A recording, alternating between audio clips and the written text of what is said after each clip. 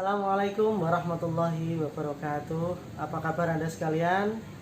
Saya berharap pada kesempatan hari ini Anda masih dalam keadaan sehat, lalu kemudian bisa beraktivitas seperti biasa walaupun di rumah, dan jangan lupa masih tetap semangat untuk belajar. Oke Anda sekalian, kita lanjutkan proses belajarnya hari ini. Adalah materinya kita agendakan adalah membahas kisi-kisi mengenai soal penilaian akhir semester, di mana penilaian akhir semester ini sebentar lagi akan kita laksanakan. Nah, oleh karena itu sebagai persiapannya Anda sekalian, kami bimbing untuk menyelesaikan latihan-latihan soal yang akan nanti diberikan dalam menghadapi ujian akhir semester atau penilaian akhir semester. Oke, Anda siapkan bahan-bahan sebagai media untuk belajar, misalkan kertas, ballpoint, dan seterusnya. Anda bisa simak videonya, lalu kemudian Anda juga bisa langsung praktek bersama-sama kita belajar di sana. Oke, kita lanjutkan beberapa soal berikut ini. Oke, Anda sekalian, kita mulai dari yang pertama.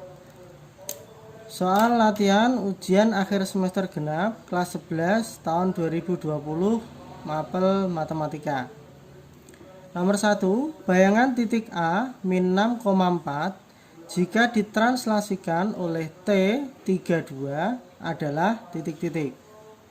Jadi penyelesaian dari ini kita notasikan dalam bentuk A adalah min 6,4, lalu kemudian kita translasikan T sebesar 32, maka bayangannya adalah A aksen. Nah, untuk menentukan bayangannya, jika translasi berarti adalah dijumlahkan. Berarti X itu bersesuaian dengan T yang atas dan Y-nya bersesuaian dengan Y yang bawah. Prosesnya berarti kita jumlahkan. Berarti min 6 ditambah 3, 4 ditambah 2, sehingga menghasilkan A aksennya adalah min 6 ditambah 3 berarti min 3, 4 ditambah 2, 6. Ini adalah hasil bayangan dari titik A min 6,4 ditranslasikan T32. Oke, mudah ya. Oke, sekarang kita lanjutkan yang kedua. Bayangan di segitiga ABC dengan A min 1,4, B 3,6, dan C min 4,2 jika direfleksikan terhadap garis Y sama dengan X adalah.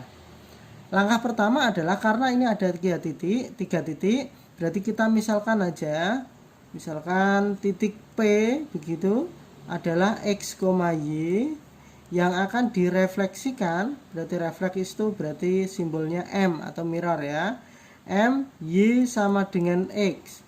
Kita tahu kalau X, Y direfleksikan Y sama dengan X, garis Y sama dengan X, maka P aksen bayangannya adalah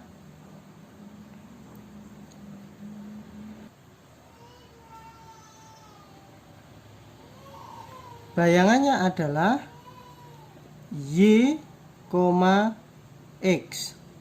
Anda bisa lihat pada materi sebelumnya.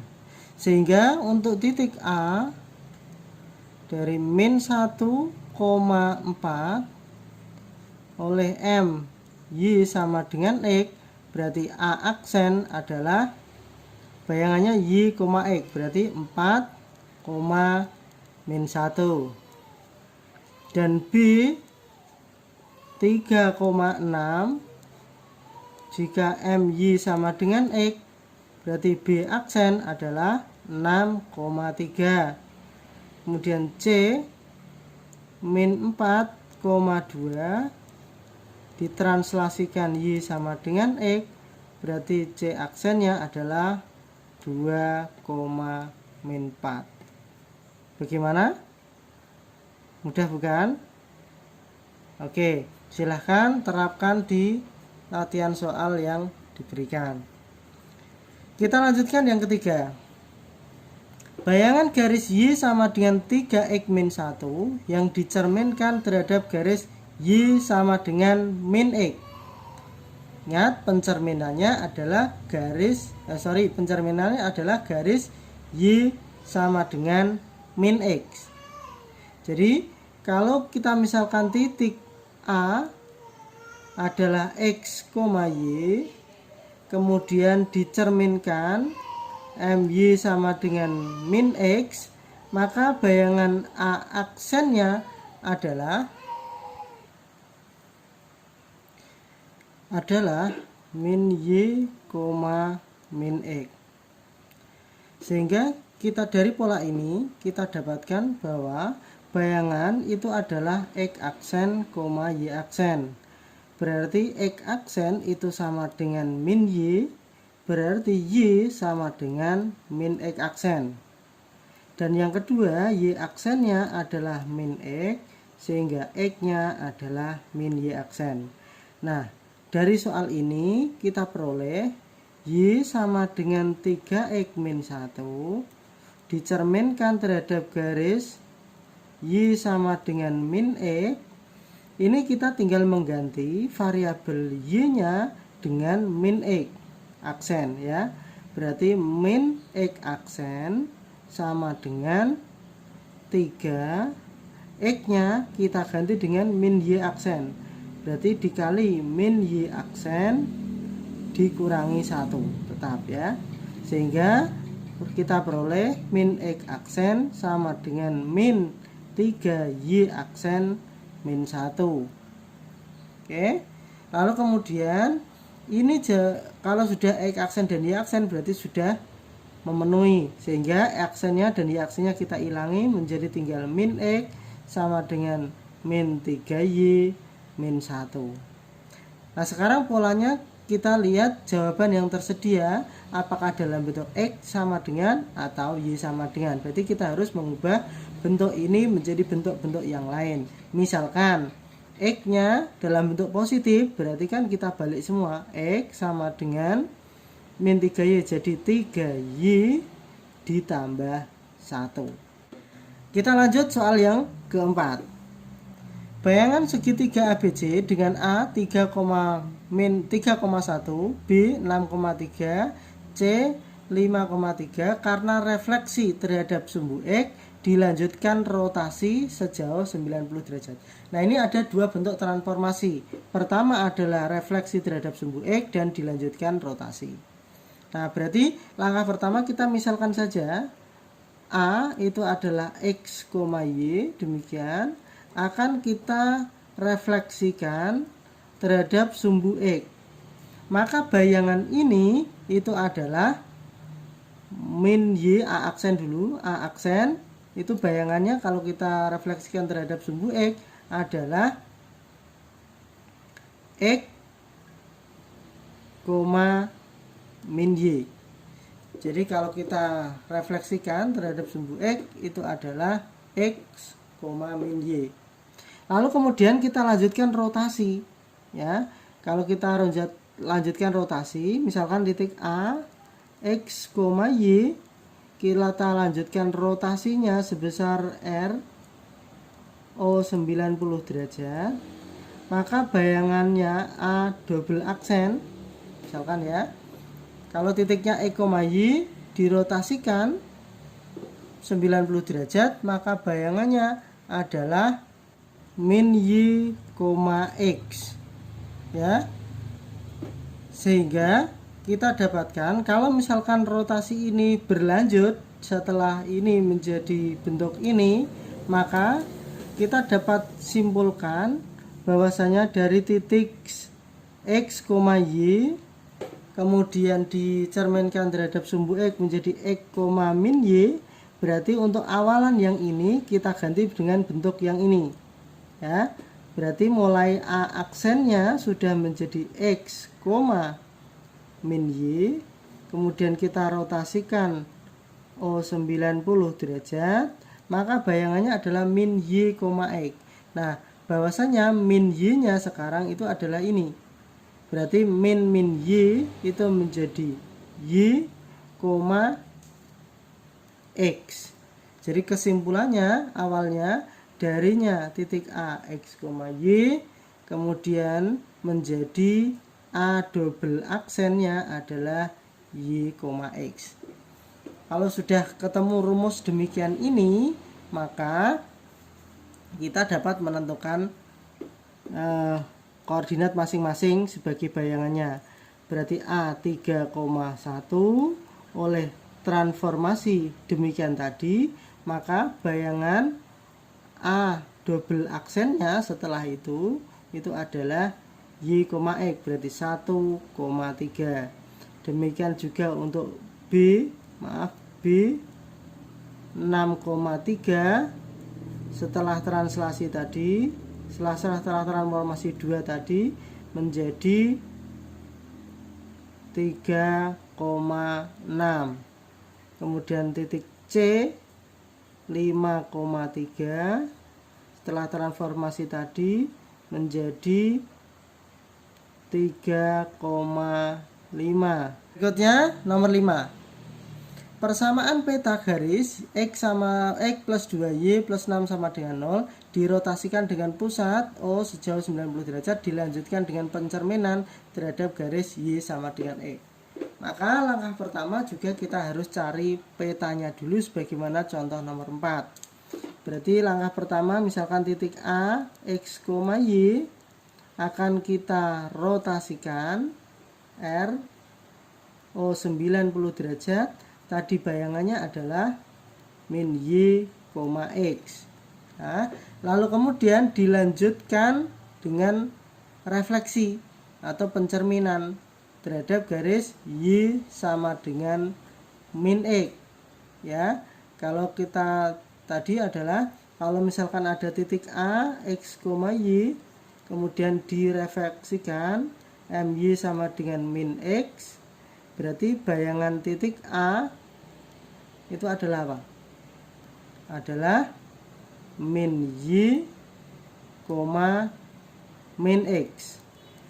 Nah, sehingga kesimpulannya dari awalnya A kemudian menjadi A aksen ini, lalu dari A aksen ini min Y, X kita refleksikan, maka bayangan A double aksennya itu adalah min Y, min X. Berarti min Y nya adalah ini, berarti min X,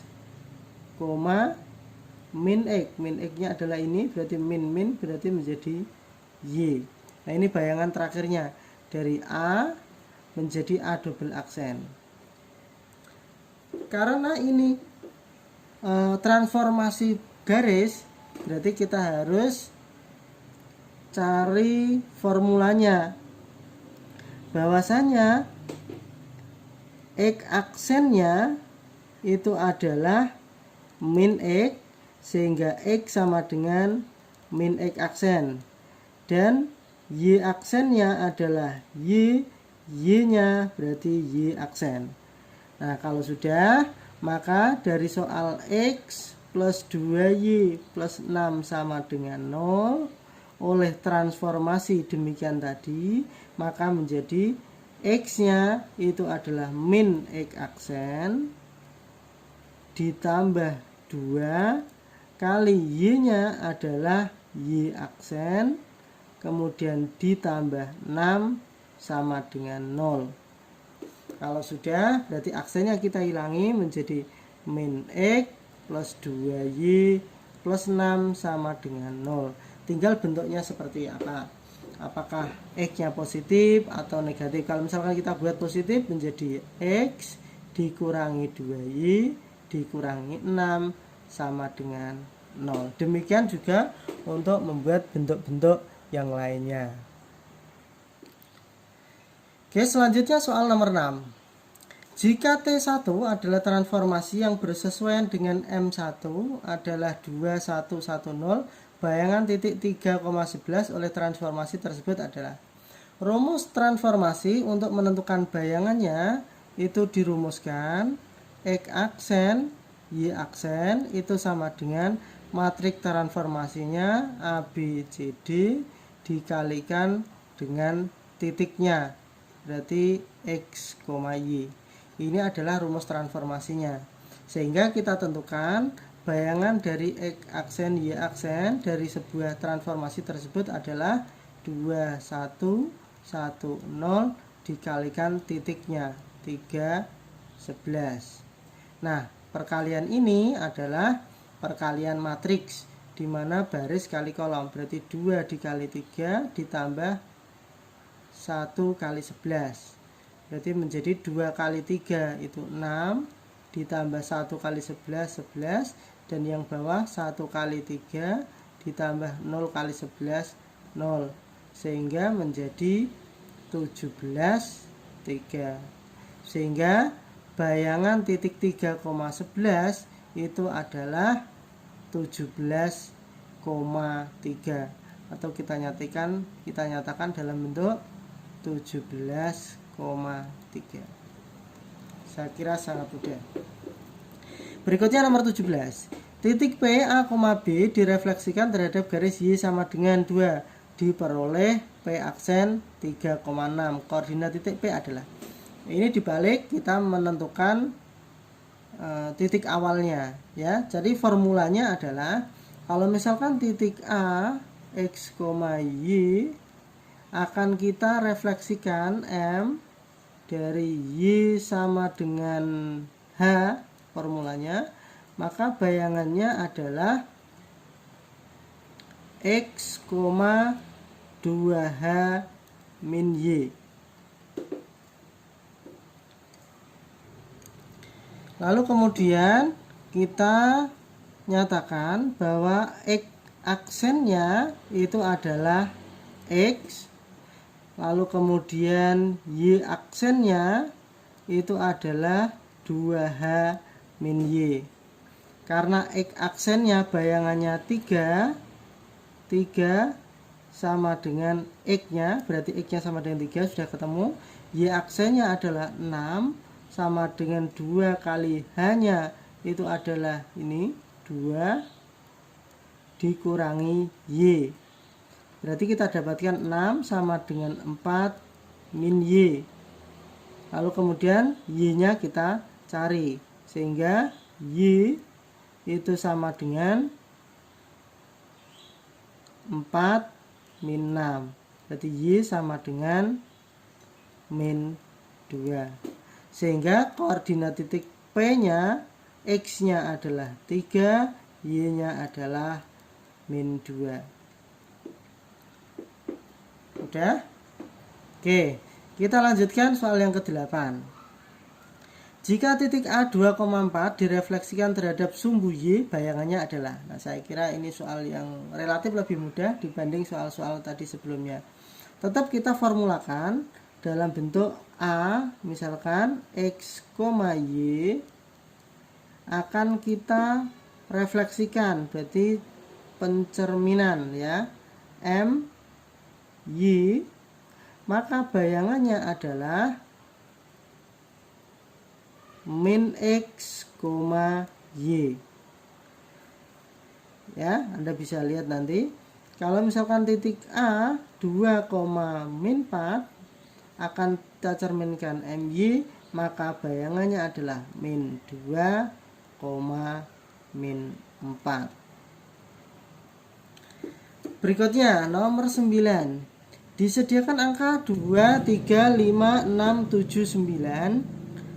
Banyak bilangan terdiri 3 angka berbeda yang dibentuk adalah. Jadi langkah pertama adalah kita membuat 3 slot ya, atau 3 tempat. Nah,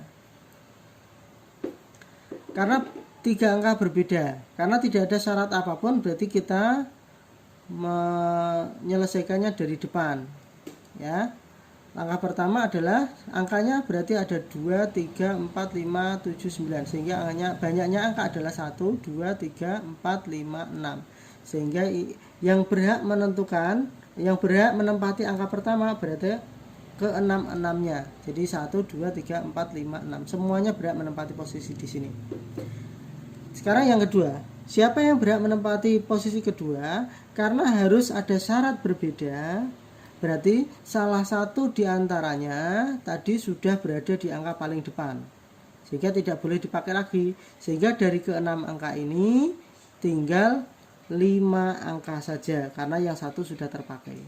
Demikian juga untuk yang ketiga, karena 2 angka sudah terpakai di angka paling depan dan tengah, sehingga dari ke-6 angka ini tinggal 4 angka. Sehingga banyaknya bilangan yang dapat dibentuk adalah 6 kali 5 kali 4. Berarti sama dengan 120. Kita lanjutkan soal nomor 10. Dalam suatu perjalanan, seseorang dengan menggunakan kendaraan mobil dari kota A menuju kota C terdapat 4 jalan yang menghubungkan kota A dan kota B, serta 5 jalan yang menghubungkan kota B ke kota C.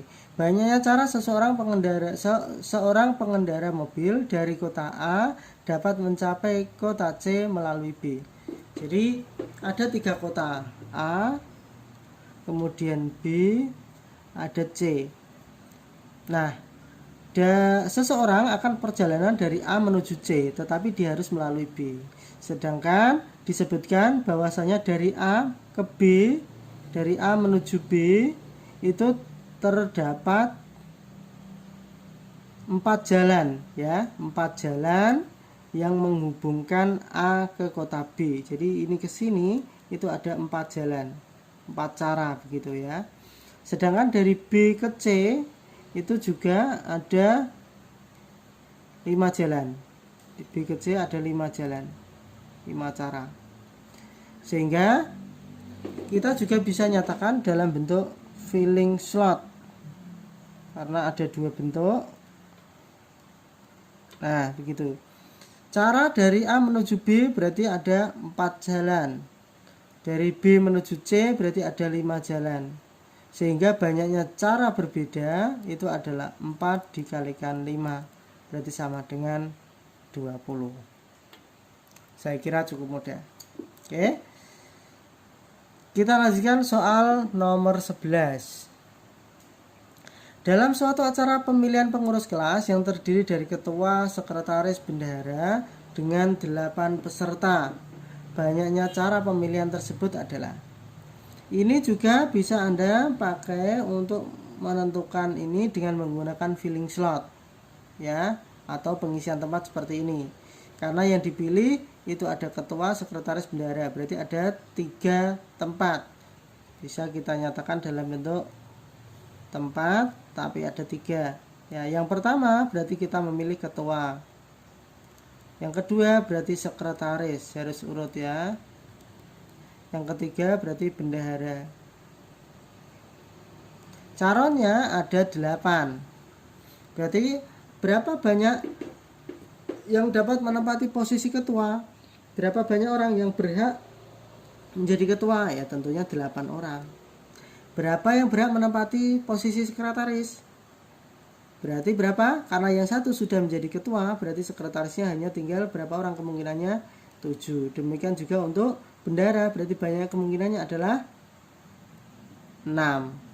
Ya, sehingga banyak kemungkinannya cara pemilihannya adalah 8 dikali 7 dikali 6. Jadi sama dengan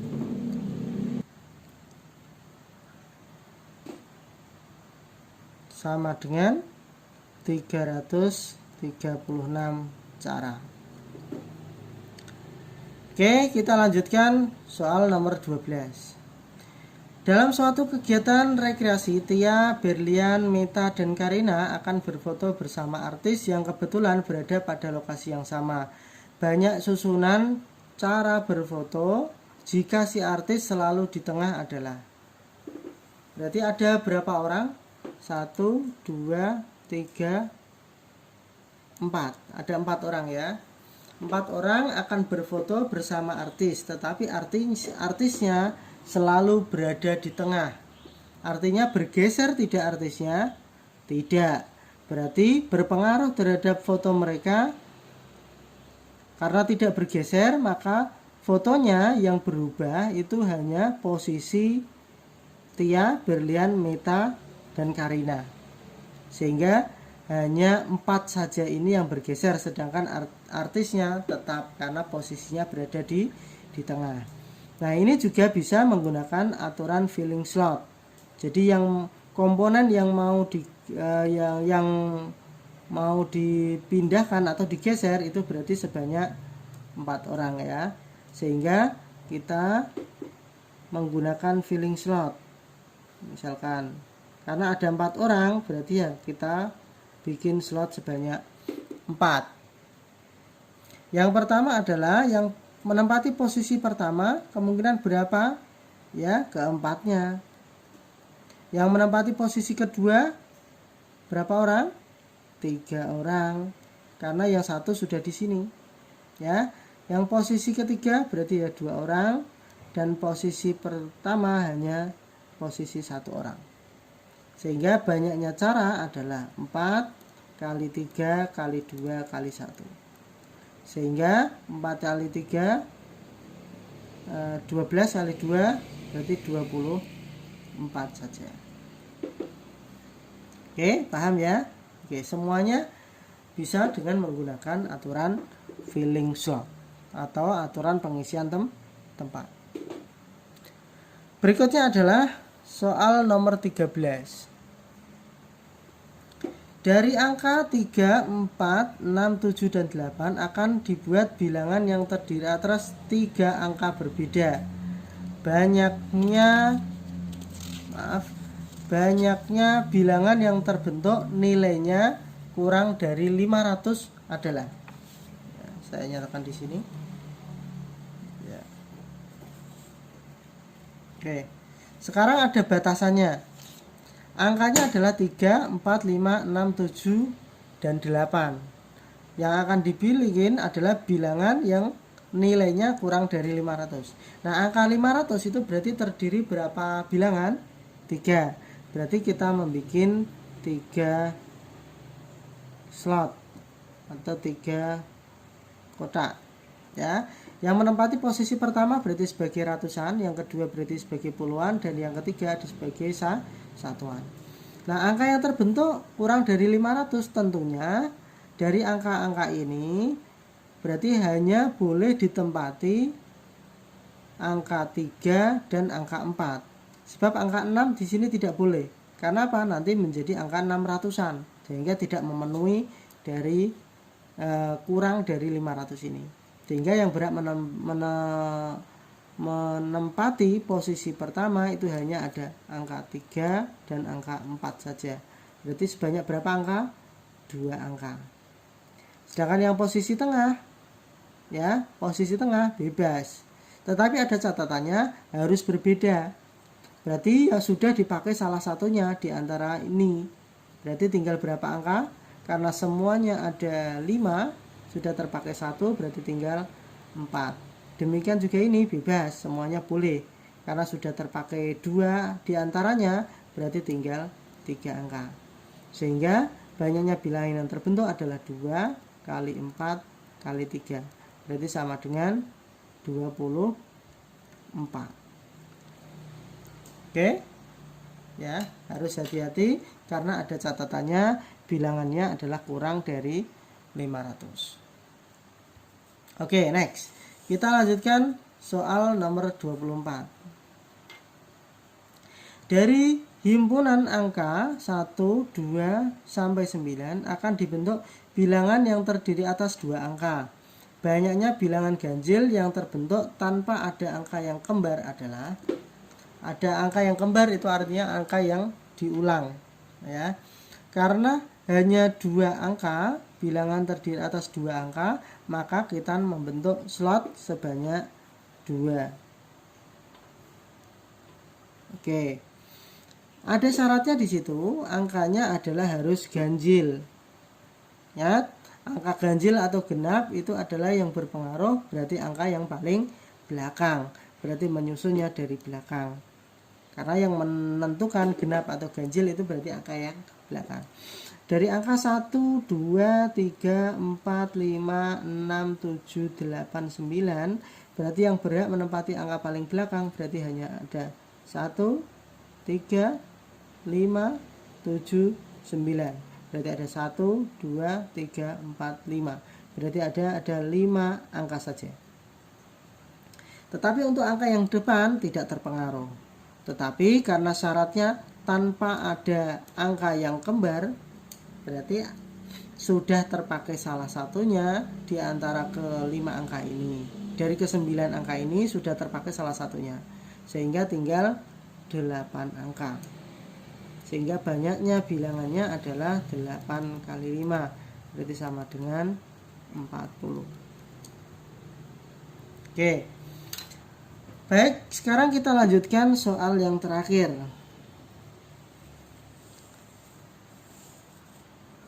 Nomor 15. Dalam suatu rapat terdapat 6 orang yang akan duduk pada 7 kursi. Oh maaf, ini salah. Ada 6 kursi, ya. Dalam suatu rapat terdapat 6 orang pejabat yang akan duduk pada 6 kursi yang disusun secara melingkar. Banyak cara ke-6 pejabat tersebut duduk di kursi yang tersedia adalah. Jadi ada 6 orang akan duduk mengelilingi kursi yang melingkar. Ya, ini tidak lain karena ada kata-kata melingkar, berarti dia termasuk permutasi siklis. Berarti unsurnya ada 6, berarti adalah 6P siklis. Rumusnya adalah 6 dikurangi 1 faktorial. Berarti sama dengan selalu dikurangi 1 ya. Jadi ini sudah menjadi rumusnya, selalu dikurangi 1. Berarti menjadi 5 faktorial. Sehingga 5, 4, 3, 2, 1. Sehingga kita hitung 5 kali 4, 20. 20 kali 6 berarti 120. Oke. Mudah bukan? Ya, oke. Mungkin kesempatannya kita sampai sini dulu pembahasannya. Kita lanjutkan nanti di sesi berikutnya. Oke, ada sekalian, demikian tadi pembahasan soal-soal latihan yang sudah kita lakukan. Saya harapkan nanti latihan-latihan soal yang ada nanti silahkan Anda kerjakan lagi, lalu kemudian Anda selesaikan dengan sepenuh hati Anda, supaya nanti Anda bisa mandiri dalam proses pengerjaannya. Alhasil nanti dalam mengerjakan soal-soal penilaian akhir semester yang diberikan dalam kegiatan tersebut, Anda bisa melaksanakan dengan maksimal, dan hasilnya adalah Anda memperoleh nilai yang baik tentunya. Oke, demikian yang dapat saya sampaikan. Pesan kami berikutnya adalah silahkan Anda tetap waspada, tetap lakukan aktivitas di rumah saja, jadi tidak perlu kemana-mana. Tentunya protokol-protokol kesehatan seperti cuci tangan, lalu kemudian pakai masker bila Anda memungkinkan atau mau keluar dari rumah, tetap Anda lakukan itu. Harapan kami Anda terjaga kesehatannya. Demikian yang dapat saya sampaikan. Akhirul kalam. Assalamualaikum warahmatullahi wabarakatuh.